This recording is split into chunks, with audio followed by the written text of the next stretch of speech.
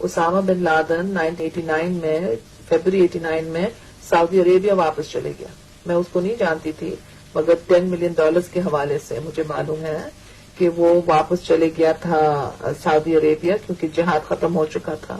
फिर उसको हमारे फौजी जनरल ने वापस बुलाया कि जिहाद अब तक जारी है, क्योंकि पाकिस्तान के अंदर एक मुसलमान औरत ने हुकूमत संभाली है, और जब तक मुसलमान औरत की हुकूमत होगी तो फिर पाकिस्तान के अंदर इस्लाम खतरे में होगा.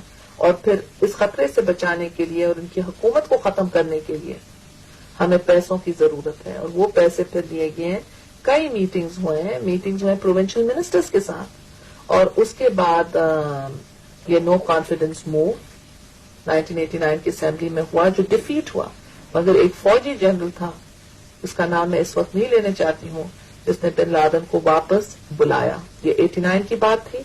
फिर 1990 में यही फौजी टोला था जिनको मैं जहादी जनरल्स कहती हूँ, जिन्होंने बिन लादेन को कहा कि तुम सऊदी अरेबिया के बादशाह को कहो कि वो अमरीकी अफवाज मत ले, वो कहें कि जो अफगान मुहाजिरीन हैं वो आकर के सऊदी अरेबिया का दफा करेंगे.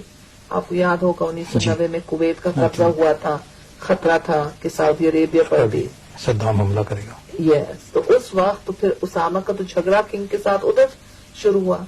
फिर वो वापस जा नहीं सका उस झगड़े की वजह से.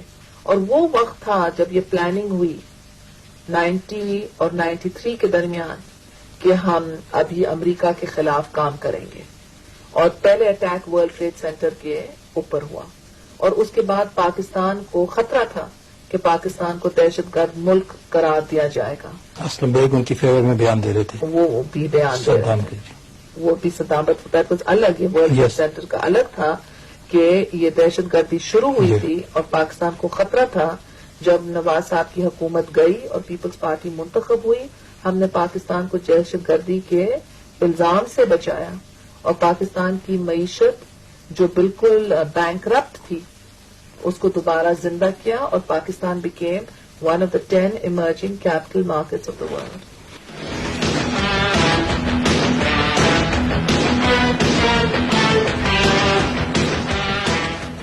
ये जो जर्नैल साज बाज़का की बीवी नई एक पॉलिटिकल खेप ला रहे हैं, नई ब्रीड पैदा कर रहे हैं, क्या अगर इनको हुकूमत दे दी गई या मिल गई तो क्या हुकूमत को चला सकेंगे? मैं समझती हूँ कि वही पॉलिसीज होंगे.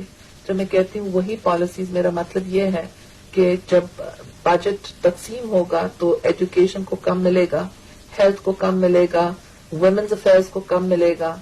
जब रेवेन्यूज की बात होती है, पीपल्स पार्टी के दौर में मुल्क की आमदनी 3 साल में डबल हुई. ये मुशर्रफ के दौर में डबल नहीं हो सकी. पीपल्स पार्टी के दौर के अंदर हमने फर्टिलाइजर्स भी वक्त पर पहुंचाए, बीज भी वक्त पर पहुंचाए, खाती भी किए वक्त पर. नतीजा ये था कि हमारी एग्रीकल्चर प्रोडक्शन 7% पर पहुंच गई थी और किसानों के पास ज्यादा पैसा था. वो अभी नहीं है.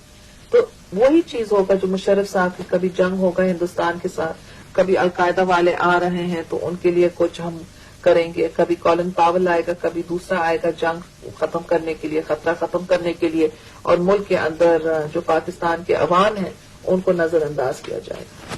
अगर इकोनॉमिक रिवाइवल की अगर जरूरत है तो फिर हुकूमत की तब्दीली की जरूरत है. जनरल ज़ियाउल हक ने आपके वालिद साहब को फांसी दे के एक अपने लिए एक रास्ता हमवार किया कि पॉलिटिशियन से एक बड़े सियासतदान को उन्होंने हटा दिया.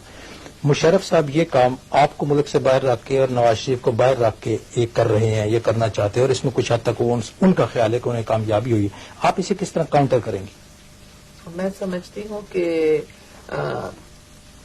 काउंटर करना कि फॉर्सिबल इजेक्शन जो हो वो तो उनके पास है हथियार.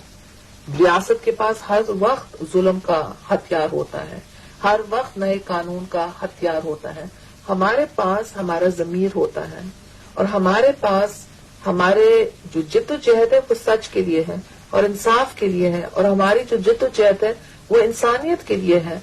तो हम नैते हाथ हो सकते हैं, मगर जो लोग नैते हाथ हैं वो रियासती ताकत को हर वक्त शिकस्त देते हैं, क्योंकि सच की फतह हर वक्त होती है.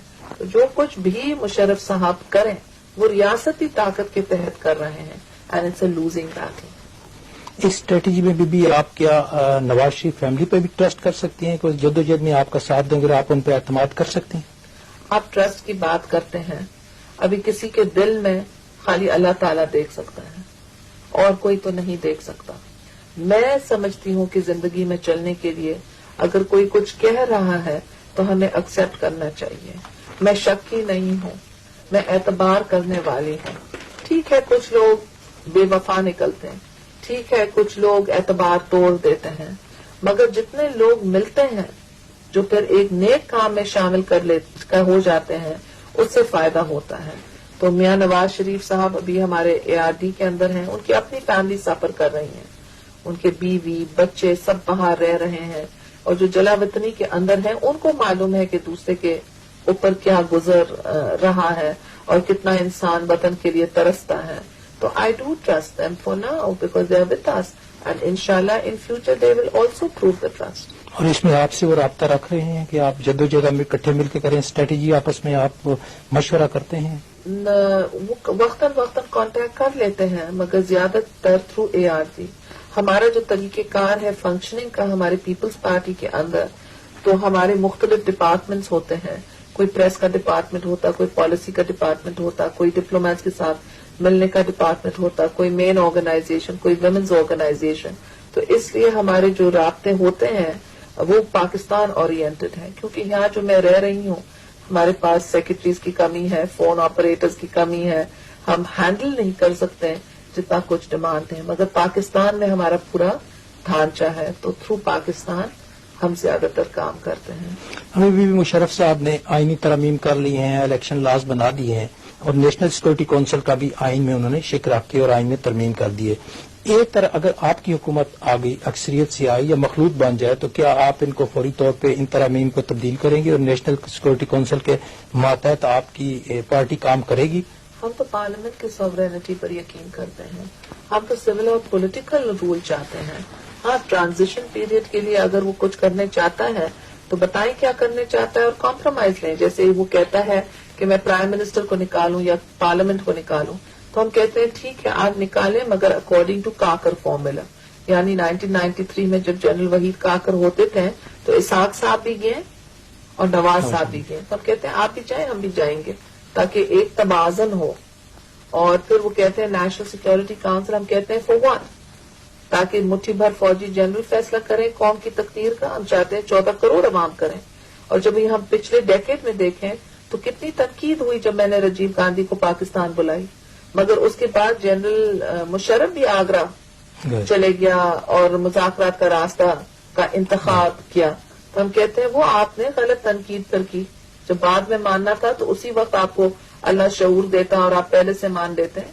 یا پھر طالبان کو گود میں کس طریقے سے بٹھائیں، پھر کیسے پھینکیں، لشکر طیبہ کو کیسے گود میں بٹھائیں، اور پھر انڈین پارلیمنٹ اٹیک کے بعد جب ڈکٹیشن ملی تو کتنے جلدی گود سے پھینک دیے. تو ہم کہتے ہیں کہ آپ اپنی ایراٹک پالیسیز کو تو دیکھیں.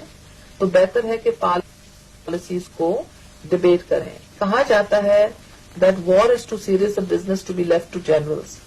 میں تو کہوں گی politics is too serious a business to be left to generals. ان کو فوجی کام پر یقین کرنی چاہیے.